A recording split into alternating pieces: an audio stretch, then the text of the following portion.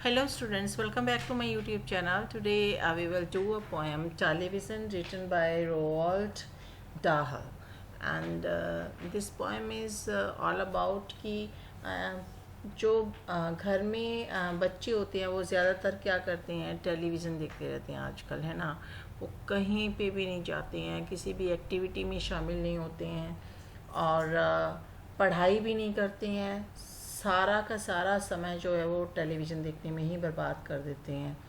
तो ये उनकी दिमागी शक्ति पर भी रुकावट डालता है, क्योंकि जब बच्चा दिमागी तौर पे कोई काम ही नहीं करेगा, आलसी होकर घर में ही बैठा रहेगा और टेलीविज़न देखता रहेगा, तो फिर ये उसकी ओवरऑल पर्सनैलिटी जो है उसको ख़राब करता है। और सबसे बड़ी बात तो ये है कि वे अपना अधिकांश समय जो टेलीविज़न देखने में बर्बाद करते हैं और पढ़ाई में पीछे रह जाते हैं। कवि हमें परामर्श देते हैं कि घर में टेलीविज़न सेट लगवाने के स्थान पर पुस्तकों का एक खाना लगवा देना चाहिए, ताकि बच्चे जो है अधिक से अधिक पुस्तकें पढ़कर अपने समाज, अपने प्रांत और अपने देश और विश्व के विषय में अधिक से अधिक जो है वो नॉलेज गेन कर सकें। तो चलिए करते हैं इस पोएम को। The most important thing we have learned so far as children are concerned is never, never, never let them near your television set. कभी कहते हैं कि टेलीविज़न के बारे में एक महत्वपूर्ण बात जो है वो ये है, सीखने को मिलती है कि बच्चों को टीवी के पास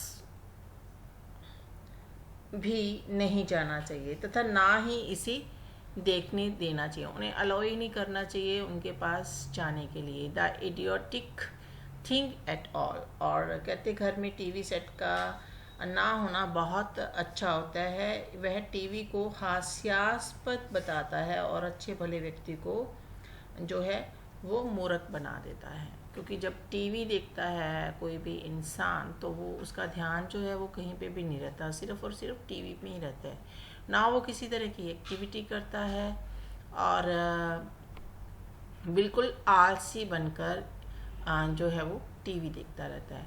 in almost every house we have watched them gaping at the screen. Gaping means हो गया घूरना, ठीक है।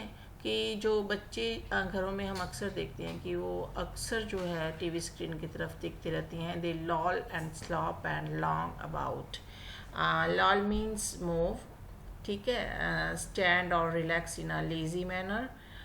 और स्लॉप का मतलब हो गया क्लमजी हैंडलिंग, यानी कि अनाड़ी तरीके से संभलना। और लॉन्ग अबाउट मीन्स हो गया किसी चीज़ ना लेजी मैनर, ठीक है, कि वो खड़े भी लेजी लगते हैं, बैठे हुए भी लेजी लगते हैं, कोई चीज़ जो है उसको भी अनाड़ी तरीके से पकड़ते हैं। क्यों? क्योंकि उनका ध्यान किस में होता है? टीवी में होता है। And stare until their eye pop out. Last week in someone's place we saw a dozen eyeballs on the floor. They sit and stare and stare and sit until they are hypnotized by it. और फिर कभी कहते हैं कि वह तब तक TV देखते हैं जब तक उनकी आंखें नहीं सूज जाती। कभी कहता है कि पिछले सप्ताह उसने 6 बच्चे देखे जो सभी ज़मीन पर लेटकर काफ़ी देर तक जो था वो टीवी देखते रहे, और स्क्रीन पर जो कुछ भी आ रहा था ऐसा लग रहा था मान लो वो उससे सम्मोहित हो गए हों। वहाँ से उनकी नज़रें ही नहीं हट रही थी, उनके आसपास हो रही घटनाओं से वो बिल्कुल ही अनजान थे, ठीक है। और वो बिल्कुल उनको कुछ पता ही नहीं लग रहा था कि आसपास में क्या हो रहा है। They sit and stare and sit until they are hypnotized by it, until they are absolutely drunk with all that shocking ghastly junk. और फिर उनके आसपास जो घटनाएं हो रही थी वो इनसे अनजान थे। लग रहा था कि वह इस जो बिन मतलब की चीज़ों से जी भर चुके थे। उनके आसपास क्या हो रहा है उन्हें इस चीज़ में कोई इंटरेस्ट नहीं था। अगर इंटरेस्ट था तो वो जस्ट एक टीवी स्क्रीन में था। Oh yes we know it keeps them still. और कहते कि हमें पता है कि ये उन्हें स्टिल करता है। स्टिल मीन्स कि वो एक जगह पे जो है वो बैठे रहते हैं, ठीक है। They don't climb out of the window सिल, और वो कभी भी जो विंडो सिल है उसके पास से जो है वो नहीं निकलते हैं। विंडो सिल हो गया कि पेरेंट्स को यही लगता है कि वो चुपचाप बैठे रहते हैं, और वो विंडो सिल होता है तंग रास्ता है ना, और वो उन्हें तंग नहीं करते हैं, एक जगह पे बैठे रहते हैं, बाहर नहीं निकलते हैं खिड़की से।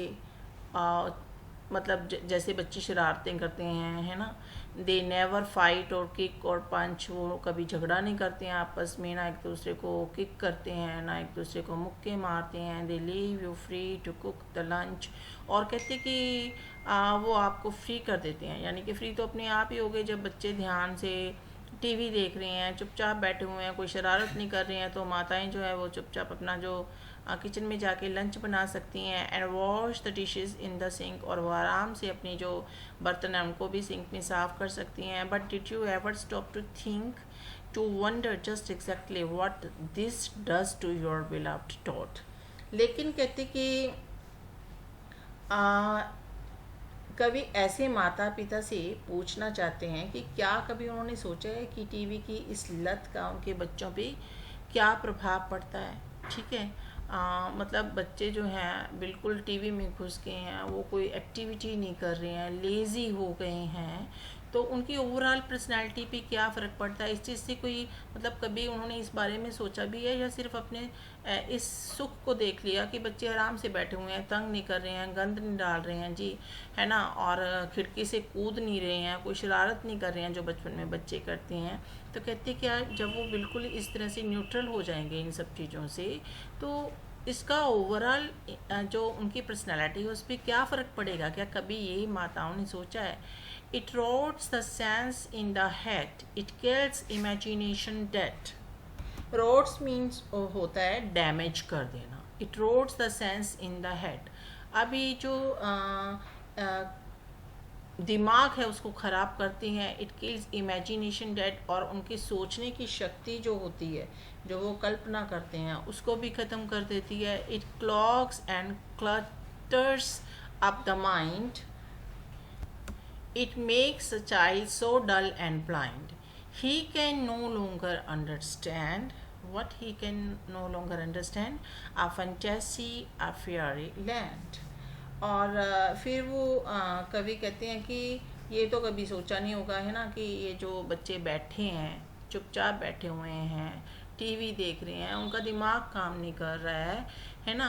तो वो जब बच्चा फ्री होता है तो वो इमेजिनेशन भी करता है, किसी एक्टिविटी को करता है तो इमेजिन करता है वो उस चीज़ को, है ना, दिमाग में उसके नए नए आइडियाज़ आते हैं। लेकिन जब वो उन चीज़ों को सोच ही नहीं रहा है, कर ही नहीं रहा है, उसका हेड जो है बिल्कुल खाली पड़ा हुआ है ना, तो नुकसान किसको होने वाला है, बच्चों को ही होने वाला है ना उनकी, क्योंकि कल्पना शक्ति जो है उसको मार देता है, ये नई सोच को भी रोक देता है ना।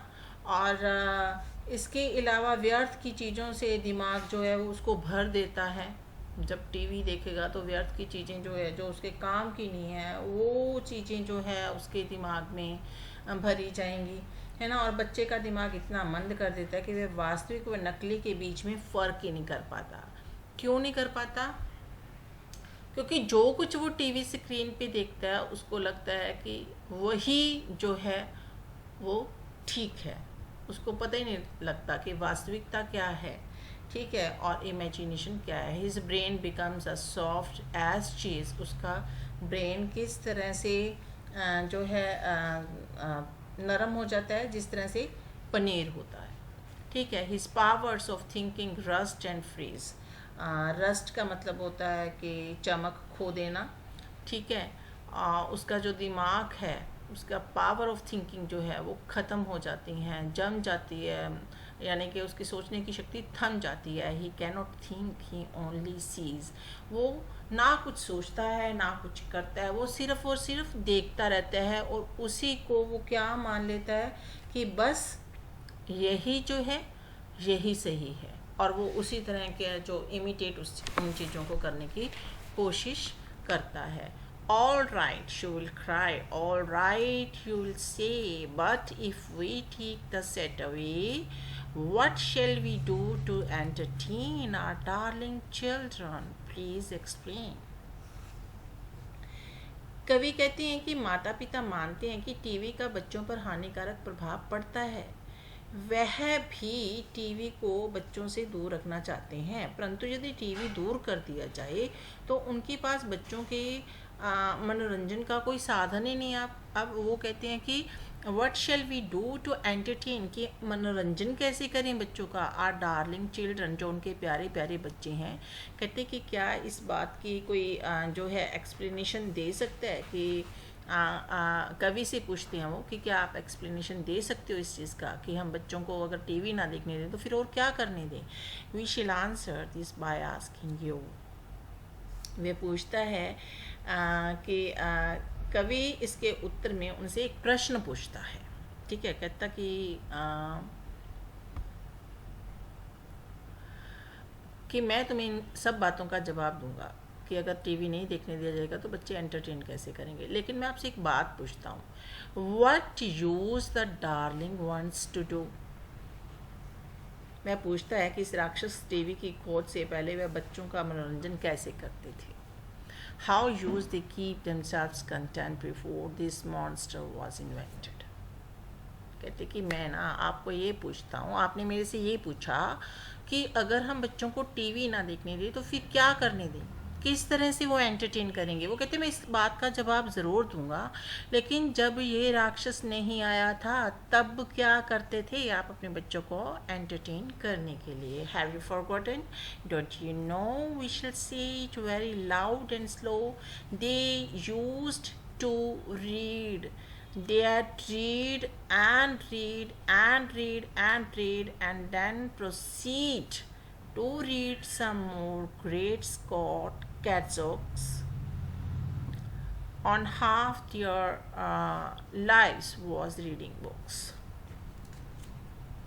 फिर इन पंक्तियों में जो कवि माता पिता को बताते हैं कि टीवी के आविष्कार से पहले ना बच्चे अपने मनोरंजन के लिए किताबें पढ़ते थे, बिकॉज बुक्स जो होती हैं वो भी बहुत ही जो है आपको एंटरटेन करती हैं, है ना। बच्चे अपने जो टेस्ट होता है उसके मुताबिक जो बुक्स हैं उनको पढ़ते हैं, वे पढ़ते ही रहते थे। परंतु आजकल बच्चे पूरा समय जो है वो क्या करते हैं, टीवी देखते हैं।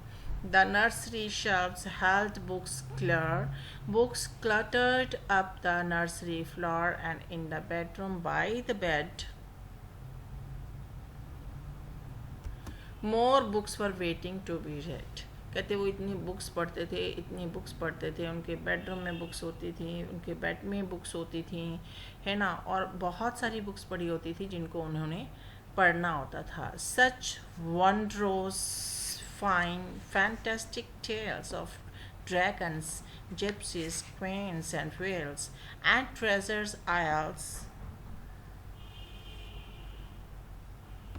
and distant shores where smugglers rode with muffled oars। तो इस तरह से कवि कहते हैं कि टीवी के आविष्कार से पहले बच्चे मनोरंजन के लिए किताबें पढ़ते थे, अपना आधा समय पढ़ने में बिताते थे। उनकी शेल्फें किताबों से भरी होती थी, फर्श पर भी किताबें होती थी, यहाँ वहाँ बेड के पास भी किताबें रहती थी, और इन किताबों में ड्रैगन, रानियाँ, घुमक्कड़ों की, व्हेल की, खजाना छुपाए टापुओं की कहानियाँ होती थी। और उन कहानियों को पढ़ के बच्चे क्या करते थे, अब खुद को एंटरटेनमेंट जो था उनका होता था। इन कहानियों में समुद्री लुटेरे भी होते थे, ठीक है ना। इन कहानियों में कौन होते थे, समुद्री लुटेरे। इन टापुओं पर जाने वाले जहाज भी थे, and pirates wearing purple pants and sailing ships and elephants and cannonballs crunching round the port, staring away at something hot। It smells so good, what can it be? Good gracious, it's Penelope। कहते कि अब जो वो समुद्री लुटेरों की बात करते हैं, कहते कि इसके बाद जो टापू होते थे, टापू पर जाने वाले जहाज़ भी थे, हाथी व लोग थे, मनुष्य का मांस खाते थे।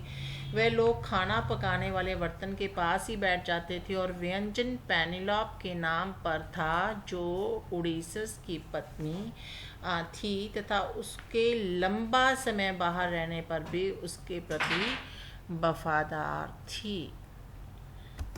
The younger ones and Beatrix Potter with Mr. Todd, the Dirty Rotors, and Squirrel, Nutkin, Pickling Brand, and Mrs. Tiggy Winkle, and just how the camel got his hump and how the monkey lost his rump. And Mr. Todd, and bless my soul, there is Mr. Rat and Mr. Mole.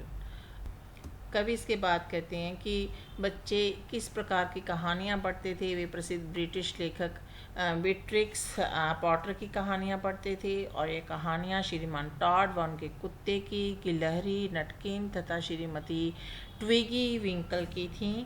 और ये कहानियाँ थीं कि ऊँट की पीठ पर उभार कैसे आया तथा बंदर का मांस कहाँ गया।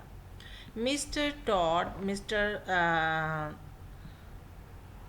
रैट और मिस्टर जो मॉल थे, उनकी कहानियाँ थी। तो इस तरह की कहानियाँ जो थी बच्चे बुक्स में पढ़ते थे, और उन बुक्स को पढ़कर ही वो एंटरटेन करते थे। तो कहते हैं जब बुक्स में इतना कुछ है, एंटरटेनिंग है, तो फिर बच्चे जो हैं उनको टीवी देखने के लिए अलाउ क्यों करना चाहिए। जब बच्चे वो बुक्स पढ़ेंगे तो एंटरटेन खुद कर लेंगे, लेकिन जो टीवी में वो जो कुछ भी देख रहे हैं उसी को इमिटेट कर रहे हैं और एक जगह बैठे हुए हैं, बिल्कुल भी एक्टिव नहीं है। तो कहते कि उनसे बेहतर ये था कि जब टीवी नहीं आया था तो बच्चे ये सब करते थे, बुक्स पढ़ते थे और डिफरेंट काइंड ऑफ जो स्टोरीज थी वो पढ़ते थे बुक्स में। तो इस तरह से वो जो था एंटरटेन करते थे। Oh books, what books they use to know. और वो फिर कहते हैं कि किस तरह की बुक्स को वो जानना चाहते थे।